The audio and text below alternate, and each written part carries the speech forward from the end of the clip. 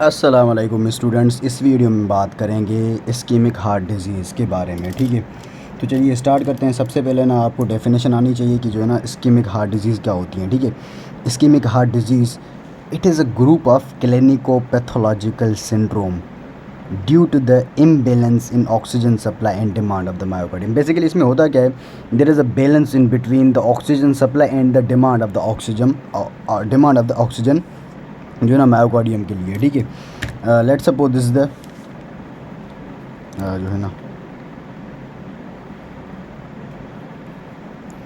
यहाँ पर आपके पास क्या है, O2 की क्या है, यहाँ पर आपके पास सप्लाई है, यहाँ पर आपके पास क्या है, O2 की क्या है, डिमांड है। अगर यहाँ पर सप्लाई यहाँ पर ये क्या है आपके पास, यहाँ पर आपके पास इस्कीमिक हार्ट डिज़ीज़ होगी। कैसे होगी मैं बताता हूँ। ठीक है, अगर आपके पास सप्लाई कम हो जाए, there is reduction in supply, तो आपके पास इस्कीमिक हार्ट डिज़ीज़ हो सकती है। ठीक है, दूसरा क्या है, अगर डिमांड बढ़ जाए, मायोकार्डियम आपके पास जो है ना बहुत वर्क कर रही है, ठीक है, तो आपको जो है ना ऑक्सीजन जो है ना ज़्यादा से ज़्यादा जो है ना आपको देनी पड़ेगी, क्योंकि उसकी डिमांड बहुत है, क्योंकि वो वर्क बहुत ज़्यादा करेगी। तो इस वजह से आपके पास ना इन दोनों फैक्टर्स की वजह से आपके पास यहाँ पर इस्कीमिक हार्ट डिजीज़ डेवलप हो जाती है। ठीक है, तो इन दोनों के बीच में ना या क्या होना चाहिए, बैलेंस होना चाहिए कि आपके पास जो है ना इस्कीमिक हार्ट डिजीज़ नहीं होगी। ठीक है, अब इन दोनों के बीच में जो बैलेंस है ना वो मेंटेन नहीं होता, तो इस वजह से आपके पास ये इस्कीमिक हार्ट डिजीज़ हो जाती हैं। ठीक है, एंड इस्कीमिक हार्ट डिजीज़ आपके पास हार्ट के तो 4 चैम्बर हैं, आपको पता है। ठीक है, तो ischaemic heart disease 99% of the cases में आपको लेफ़्ट वेंट्रिकल में मिलेगी। क्या, लेफ़्ट वेंट्रिकल में 99% आपको केसेस इस्कीमिक हार्ट डिजीज़ के कहाँ पर मिलेंगे, लेफ़्ट वेंट्रिकल में मिलेंगे। ठीक है, बिकॉज लेफ़्ट वेंट्रिकल का आपके पास जो शेप है, it is a elliptical shape. एक तो इसका इलिप्टिकल शेप होता है, एंड इसका आपके पास जो है ना मसल मास भी बहुत ज़्यादा होता है। तो जो मसल मास जैसे ज़्यादा होगा ना, तो उस वजह से आपके पास ना उसको कंट्रक्शन भी बहुत ज़्यादा करनी पड़ेगी। ठीक है, अब वो कंट्रक्शन बहुत ज़्यादा करेगी तो उसमें जो आर्टरीज़ हैं जो उसको सप्लाई कर रही हैं, तो वो स्क्वीज़ हो जाएंगी। उनकी स्क्वीजेशन की वजह से आपके पास क्या होगा, जो ऑक्सीजन की डिमांड है वो पूरी नहीं हो पाती, अगर आपके पास जो हार्ट है वो इस्कीमिक है तो। ठीक है, ऑलरेडी इस्कीमिया होती किस वजह से, जो है ना प्लाक की वजह से होती है। ठीक है, मेनली जो है ना 90% ऑफ केसेस आपको अगर इस्कीमिया के मिलेंगे, इस्कीमिक हार्ट डिजीज़ के मिलेंगे, तो उनमें जो प्राइमरी काज होगा वो आपके पास एथेरोमास होंगे। ठीक है, एथेरोस्क्लेरोसिस उनमें होती ही होती है। ठीक है, तो यहाँ पर ना मैंने एक चीज़ लिखी हुई है, यहाँ पर एक प्लाक होता है जिसे हम कहते हैं क्या, स्टेबल प्लाक। ये एथेरोमा ही होता है, लेकिन इसमें होता क्या है, ये स्टेबल होता है। अब स्टेबल का मतलब क्या है, these plaques are fixed, they can not travel from one जो है ना place to the other place, they are fixed, these are fixed plaques. ठीक, ये फिक्स्ड होते हैं, ये जो ऑब्स्ट्रक्शन करते हैं ये फिक्स्ड करते हैं। Let's suppose they are blocking the lumen 70%, अगर ये ल्यूमेन को 70% ब्लॉक कर रहे हैं, तो ये क्या आपके पास कोरोनरी आर्टरी है, this is the piece of the myocardium, it is supplying the piece of the myocardium. यहाँ पर आपके पास क्या आ गई, ये एथेरोमा आ गया। लेट सपोज इट इज़ जो obstructing 70% of the lumen of the coronary artery. तो यहाँ पर इस पेशेंट को ना आपके पास इस्कीमिया या फिर इस्कीमिक पेन कब फील होगा, जब आपके पास ना ये बंदा आपके पास क्या करेगा, एक्सर्शन करेगा। क्या करेगा, एक्सर्शन करेगा। ठीक है, ठीक है, ये बंदा क्या करेगा, एक्सर्शन करेगा। ठीक है,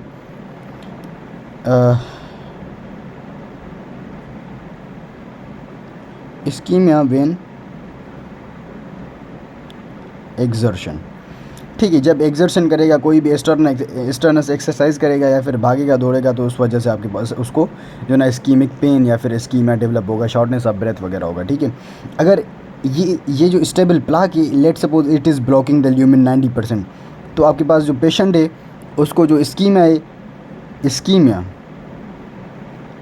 इवन एट रेस्ट, उसको ना उसको जो इस्कीमिया है वो आपको एट रेस्ट में भी ना आपको उसको इस्कीमिया जो है ना फील होगा। ठीक है, कि जो है ना पेन वगैरह थोड़ा सा फील होगा। ठीक है, तो ये होता है। अब इस्कीमिया बेसिकली जो है ना इस्कीमिया में होता क्या है, let's suppose this is ischemia. अब देखें ये हार्ट को डैमेज कैसे करता है, वो मैं बताऊंगा आपको। एक तो स्कीमा की वजह से ऑक्सीजन की सप्लाई कम हो जाएगी, ठीक है, बिकॉज़ यहाँ से जो आरबीसीज़ आएंगे वो ऑक्सीजन आरबीसीज़ के ऊपर हीमोग्लोबिन होता है, उसके ऊपर ऑक्सीजन होती है। तो ये जो ऑक्सीजन है ये डिलीवर नहीं होगी टू द टिश्यूज़, तो इस वजह से ऑक्सीजन की सप्लाई है जो है वो बिल्कुल कम हो जाएगी। नंबर 2 क्या होगा, ये जो ब्लड आ रही है इसमें न्यूट्रिशन भी होती है, इसमें न्यूट्रिएंट्स भी होते हैं, तो ये जो न्यूट्रिएंट्स हैं वो भी बिल्कुल कम हो जाएंगे, वो इस मायोकार्डियम के पीस को नहीं पहुंचेंगे, ठीक है। ये जो इसके नीचे वाला हिस्सा होगा, इस प्लाक के जो है ना बाद वाला हिस्सा होगा, इसके बाद वाले हिस्से को जो है ना न्यूट्रिएंट्स भी नहीं पहुँचेंगे। सबसे जो ख़राब चीज़ होती है ना वो क्या होती है यहाँ पर इस ट्रायंगल में, डिक्रीज़ वाश आउट, क्या decrease wash out of the waste metabolism, क्या वेस्ट, जो वेस्ट प्रोडक्ट्स यहाँ पर बन रहे हैं उनकी जो ड्रेनेज है वो ड्रेनेज नहीं होगी, which is lethal to the myocardium, वो जो है ना आपके पास बिल्कुल जो है ना क्या होती है, लीथल हो जाती है। बिकॉज़ अगर ऑक्सीजन नहीं पहुंच रही तो यहाँ पर क्या होगी, जो है ना एनारोबिक वो होगी, जो है ना रेस्पिरेशन होगी, तो उसमें आपके पास क्या बनेगा, लैक्टिक एसिड बनेगा, ठीक है। वो आपके पास जो है ना लैक्टिक एसिड बनेगा और वो आपके पास जो है ना उसको तो निकालना पड़ेगा ना, अगर वो नहीं निकलेगा तो आपके पास वो डैमेज वगैरह करेगा, ठीक है। तो इस तरह से ये डैमेज होता है जो है ना मायोकार्डियम। अच्छा, तो अभी आ जाएँ किस पर, इसका जो मेन काज है वो क्या है, एथरोमा है। यहाँ पर मैंने लिखा हुआ है काज एथरोमा, 90% ऑफ केसेस में एथरोमा मिलेगा आपको, ठीक है। तो चलिए इसको डिस्कस करते हैं। अब जो एथरोमा है इसमें आपके पास कुछ प्लाक्स होते हैं, वो आपके पास स्टेबल प्लाक्स होते हैं, कुछ होती हैं आपके पास क्या जो है ना डिसरप्टेड प्लाक्स होते हैं, ठीक है। अब ये मैंने आपको एक स्टेबल प्लाक दिखाया हुआ है, ये मैंने अभी हमने एथेरोस्क्लेरोसिस का वीडियो रिकॉर्ड नहीं किया, ठीक है। ये क्या है, ये इसकी एंडोथीलियम है, ये क्या है, एंडोथीलियम है। और ये क्या है, ये क्या स्मूथ मसल्स हैं, और ये नीचे इनके क्या हैं, कोलेजन फाइबर्स हैं। कोलेजन फाइबर्स और स्मूथ मसल को मिला के हम क्या कहते हैं, जो है ना केप कहते हैं, क्या कहते हैं, फाइब्रस केप कहते हैं। यहाँ पर मैं सिर्फ केप लिख रहा हूँ, ठीक है, फाइब्रस केप। और ये जो ब्लू वाले हैं ये आपके पास यहाँ पर क्या है, फोम सेल्स हैं, ये क्या है, फोम सेल्स है। और ये क्या है आपके पास, लिपिड का कोर है, ये क्या है, लिपिड मटीरियल है ये, ठीक है।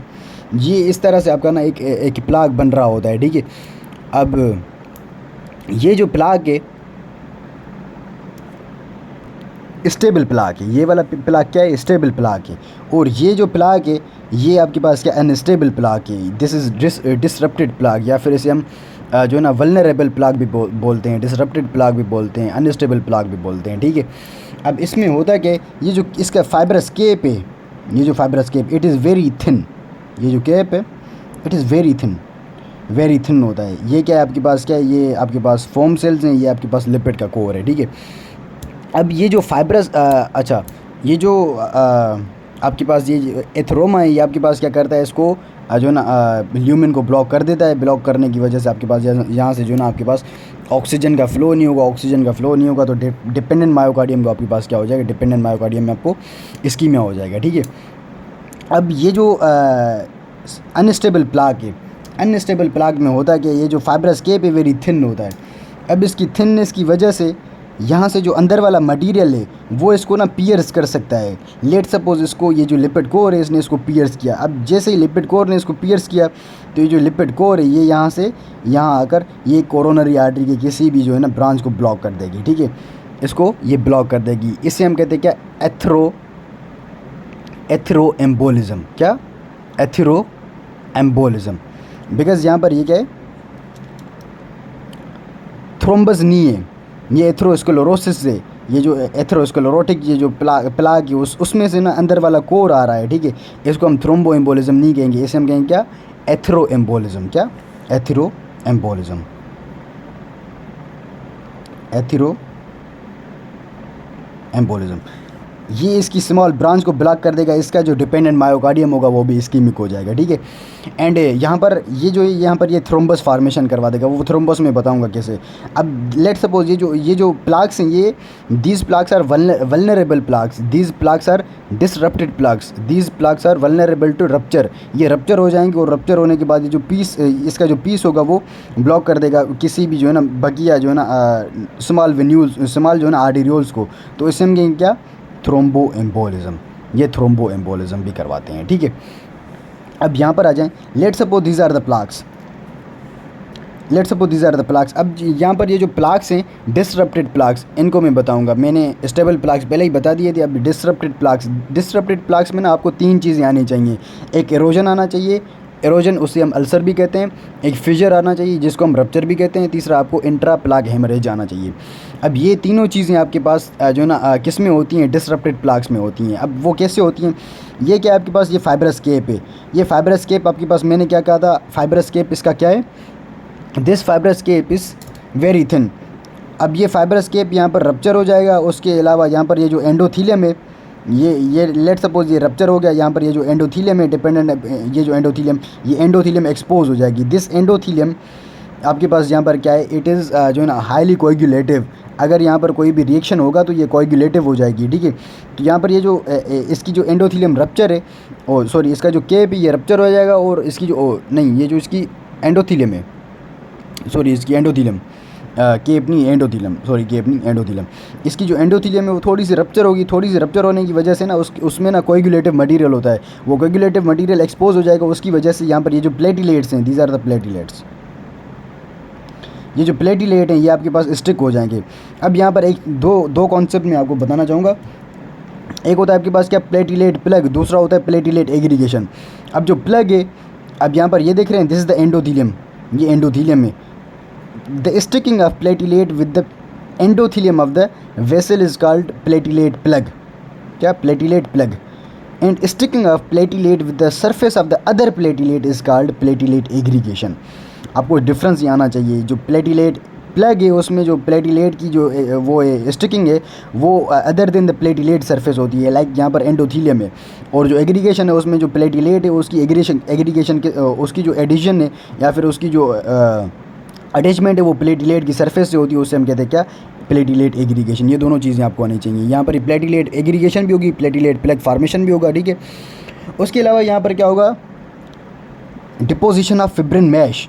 यहाँ पर फिब्रिन की डिपोजिशन हो जाएगी। और ये आपके पास यहाँ पर क्या हो जाएगा, अब ये जो डिपोजिशन ऑफ फिब्रिन मैश है ये इसे हम कहते हैं क्या, कोएगुलेशन। अब व्हाट इज़ कोएगुलेशन, कोएगुलेशन की आपको डेफिनेशन आनी चाहिए। Coagulation is the conversion of soluble fibrinogen into insoluble fibrin is called coagulation, ठीक है। अब यहाँ पर 2 चीज़ें मैंने बताई आपको, कोएगुलेशन भी बताई और प्लेटिलेट प्लग फॉर्मेशन और प्लेटिलेट एग्रीगेशन, 3 चीज़ें बताई। अब इन तीनों चीज़ों को मिलाकर हम क्या कहते हैं, there is the thrombus formation. यहाँ पर क्या हो जाएगी, थ्रोम्बस फॉर्म हो जाएगा, ठीक है। अब दिस इज़ थ्रोम्बस। अब ये क्या आपके पास थ्रोम्बस है। अब यहाँ पर मैंने काम की चीज़ बताई नहीं, ये जो एंडोथीलियम का रप्चर है, इस एंडोथीलियम के रप्चर को हम जो है ना इरोजन बोलते हैं, इरोजन या फिर अल्सरेशन बोलते हैं। इसे हम क्या कहते हैं, इरोजन या फिर इसे हम अल्सरेशन बोलते हैं, ठीक है। और उसके अलावा आपके पास ये जो यहाँ पर ये मैंने बताया ना, एथ्रो एम्बोलिज्म, यहाँ से ये देख रहे हैं लिपिड का कोर निकल रहा था ना, ये जो लिपिड का कोर यहाँ से बाहर निकल रहा था, ये रप्चर करके निकल रहा था, इस फाइबर एस्केप को रप्चर करके निकल रहा था। इस रप्चरिंग को हम ना क्या बोलते हैं, लेट सपोज ये एक मटेरियल है, इसको मैंने यहाँ से निकाला, इसे हम क्या कहेंगे, फिशरिंग या फिर रप्चर। 2 चीज़ें मैंने बता दी, जो है एक ये बता दी, दूसरी ये बता दी। अब जो लास्ट चीज़ है मैंने क्या बताना है, इंट्राप्लाक हेमरेजेस। अब इंट्राप्लाक हेमरेजेस क्यों होंगे, अब यहाँ पर देख रहे हैं वेसल का रप्चर हो रहा है, वेसल के रप्चर होने की वजह से ना यहाँ पर नियोवास्कुलराइजेशन होती है। Let's suppose these are the new vessels, ये क्या है, न्यू वेसल्स हैं। अब ये जो न्यू वेसल्स हैं, these are prone to rupture, ये रप्चर होने का ना इनमें बहुत सा खतरा होता है। लेट्स सपोज ये रप्चर हो जाएंगी, ये रप्चर हो जाएंगी तो आपके पास प्लाक में क्या हो जाएगा, हेमरेज हो जाएगा। इस हेमरेज को हम क्या बोलते हैं, इंट्राप्लाक हेमरेजेस। इस हेमरेज को हम क्या बोलते हैं, इंट्राप्लाक हेमरेजेस। ये तीसरा पॉइंट था इसमें, ठीक है। तीसरा पॉइंट क्या था, इंट्राप्लाक हेमरेज, इंट्राप्लाक हेमरेज। उसके अलावा ये जो प्लेटिलेट है यहाँ पर थ्रोम्बोक्सिन A2 भी रिलीज़ करते हैं। अब थ्रोम्बोक्सिन A2 क्या करेगा, इस वेसल को ना वेजो कंस्ट्रिक्ट कर देगा, इस वेसल को वेजो कंस्ट्रिक्ट कर देगा। ऑलरेडी यहाँ पर ल्यूमिन कम है और वेजो कंस्ट्रक्शन भी हो रही है, तो ल्यूमिन और भी कम हो जाएगी, ठीक है। और जब ल्यूमिन कम हो जाएगी तो फर्दर इस्कीमिया हो जाएगी, ठीक है। इस तरह से ना ये जो ना इस तरह से एथ्रोमा आपके पास ना ये काज करवा रहा होता है, डिजीज़ आपके पास इस्कीमिया करवा रहा होता है, ठीक है। और कुछ एक्सटर्नल फैक्टर्स होते हैं जो कि ना रप्चर करवा रहे होते हैं, लाइक टेकीकार्डिया होता है एंड इमोशनल स्ट्रेस होता है and smoking increase platelet aggregation.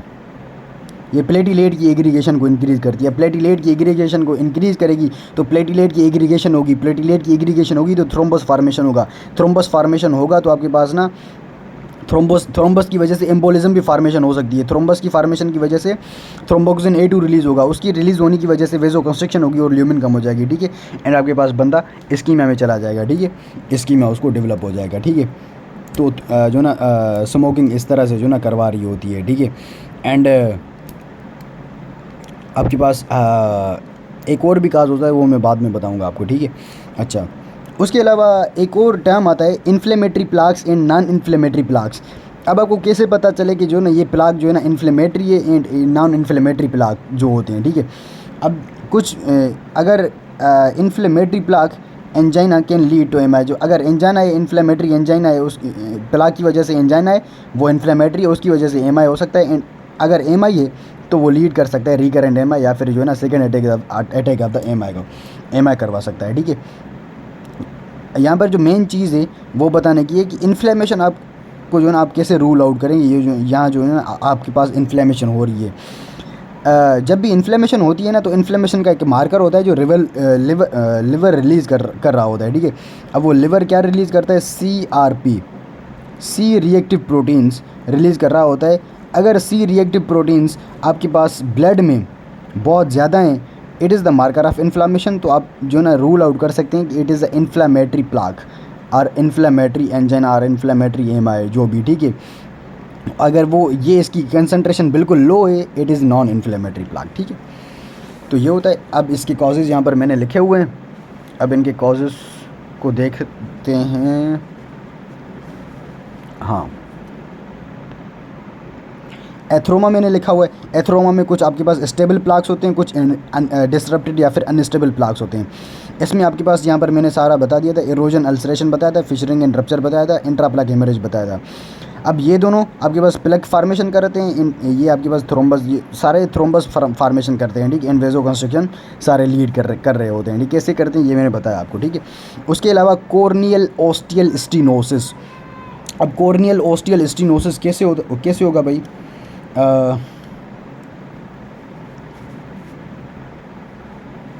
Let's suppose this is the corneal जो है ना आपके पास क्या, दिस इज़ नॉट ये कोरोनरी आर्टरी से है, ठीक है। ये आप कॉर्नियल आर्टरी उसमें नहीं जाना, ठीक है। अब ये let's suppose this is the ostium of the coronary artery. अब इसमें होगा क्या,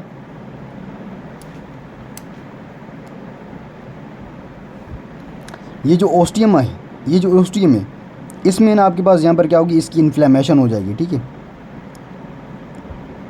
नहीं, यहाँ पर स्टीनोसिस हो जाएगी, नॉट द इन्फ्लेमेशन। यहाँ पर क्या हो जाएगी, इसकी स्टीनोसिस हो जाएगी, इसकी ओस्टियम में स्टीनोसिस हो जाएगी। और ये कॉमनली आपको किस में मिलता है, ल्यूटिक एओर्टाइटिस इन सिफिलिस।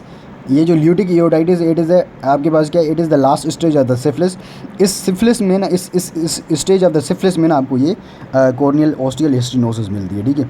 इन एओर्टिक डायसेक्शन, एओर्टा का डायसेक्शन हो जाएगा, उसकी वजह से आपको मिल सकता है, ठीक है। डायसेक्शन आपके पास एक रप्चर होता है, ठीक है। And coronary vasculitis like Kawasaki disease.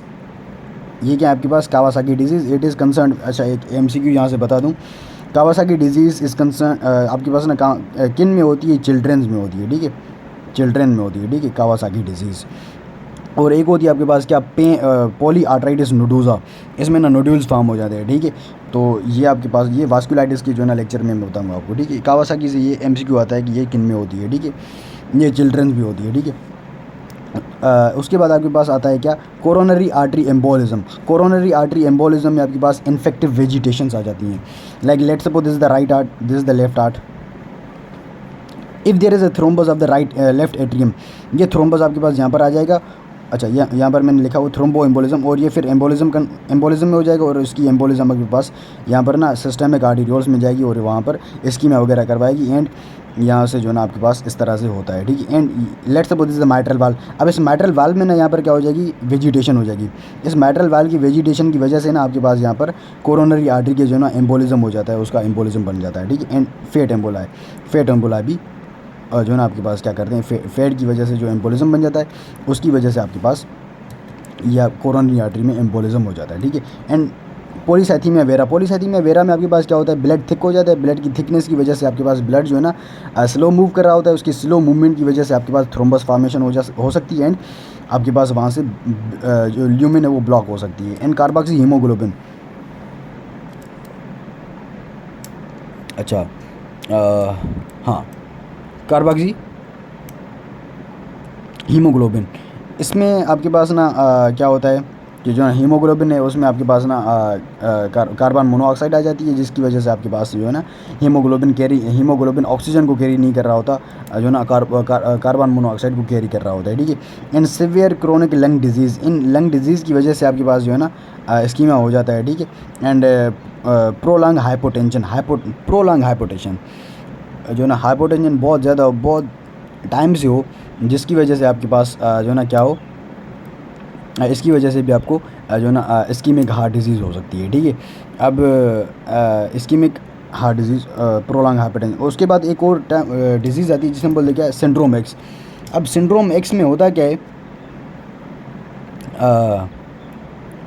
जो है ना आपको मेन कोरोनरी आर्टरी में ना कोई भी एम्बोलिज्म नहीं मिलता। Let's suppose this is the coronary artery. अब these are the micro branches of the coronary artery. This is the main coronary artery. These are the arterioles. Let's suppose these are the arterioles of the coronary artery. There is no thrombus formation at all in coronary artery, but there is a thrombus formation in the microcirculation of the coronary artery. उसको हम कहते हैं क्या, जो ना syndrome x. अगर आप इसमें कोई भी कार्डियोग्राम करेंगे तो आपको टिपिकल लीजन कोई भी नहीं मिलेगा in the coronary artery, but there is the lesion in the micro circulation of the coronary artery, जिसे हम बोलते हैं क्या, सिंड्रोम एक्स। अब सिंड्रोम एक्स इसे हम क्यों बोलते हैं, बिकॉज ये सबसे पहले ना फीमेल्स में पाई गई थी, ठीक है। इसी वजह से ये इन्होंने ना इसको सिंड्रोम एक्स का नाम दे दिया, ठीक है। उसके बाद आपके पास आती है क्या, अच्छा ये ऊपर के जो भी काजेज़ थे, these all causes are due to the decrease oxygen supply. ऊपर के सारे कॉजेज़ डिक्रीज़ जो है ना आपके पास क्या थे, जो है ना आपके पास क्या, ऑक्सीजन सप्लाई। अब जो नीचे वाले काज होंगे उसमें इंक्रीज ऑक्सीजन डिमांड होगी, इसमें आपके पास मायोकार्डियम में डिमांड बढ़ जाएगी। लाइक लेफ्ट वेंट्रिकुलर हाइपरट्रोफी, अगर हाइपरट्रोफी हो जाएगी तो उसकी वजह से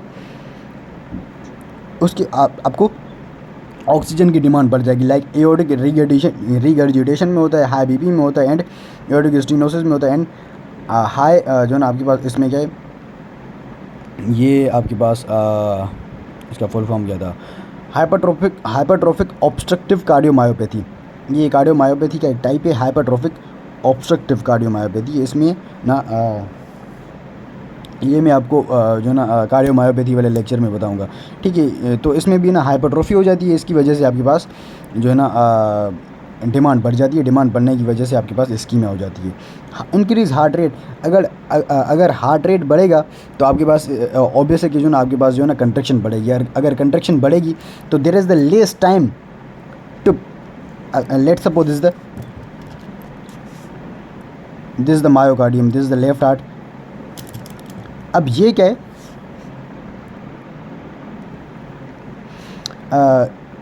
ये तो आपको पता है ना, there is the systole and there is the diastole, ठीक है।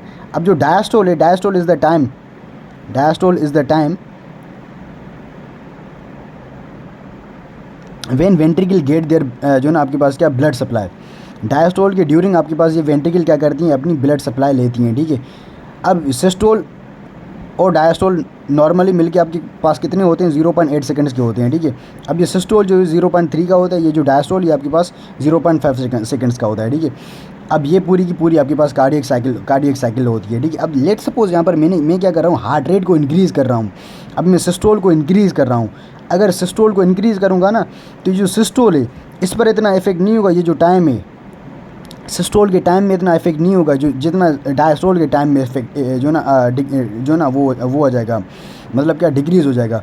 ये 0.5 है ना, लेट सपोज ये 0.1 भी वन हो जाएगा, ठीक है, 0.25 भी हो सकता है, ठीक है, इतना कम हो जाएगा। तो आपके पास मतलब क्या, जो परफ्यूजन है खुद को जो हार्ट है ना वो परफ्यूज़ नहीं कर पाएगी, खुद को हार्ट परफ्यूज़ नहीं कर पाएगी इस इंक्रीज़ हार्ट रेट की वजह से, ठीक है। तो उसकी डिमांड बढ़ जाएगी, उस डिमांड बढ़ने की वजह से आपके पास स्कीमा हो जाएगा, ठीक है। हाइपरथायरॉयडिज्म में आपके पास क्या होगा, जो आपके पास T3 T4 है वो आपके पास मायोकार्डियम में आ जाएंगे। मायोकार्डियम में आने के बाद उसकी जो ना जीन की अल्ट्रेशन करेंगे तो आपके पास जो ना बहुत ज़्यादा कंट्रैक्शन वगैरह होगी और आपके पास अमाइलोइडोसिस भी हो जाएगी, ठीक, अमाइलोइडोसिस जो भी, ठीक है, जो भी है, ठीक है।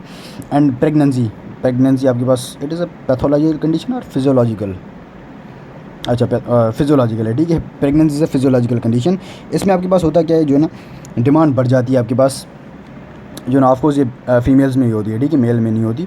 तो ये आपके पास जो है ना फीमेल में होती है। इसमें आपके पास डिमांड बढ़ जाती है आपके पास हार्ट की, जो है ना आपके पास, बिकॉज वो बेबी को भी फीड करना होता है, ठीक है। So these are the causes of the ischaemic heart disease. इसके नेक्स्ट वीडियो में मैं आपको अंजाइना पढ़ाऊँगा, MI पढ़ाऊँगा, सडन कार्डियक डेथ पढ़ाऊँगा and chronic ischaemic heart disease पढ़ाऊँगा, ठीक है।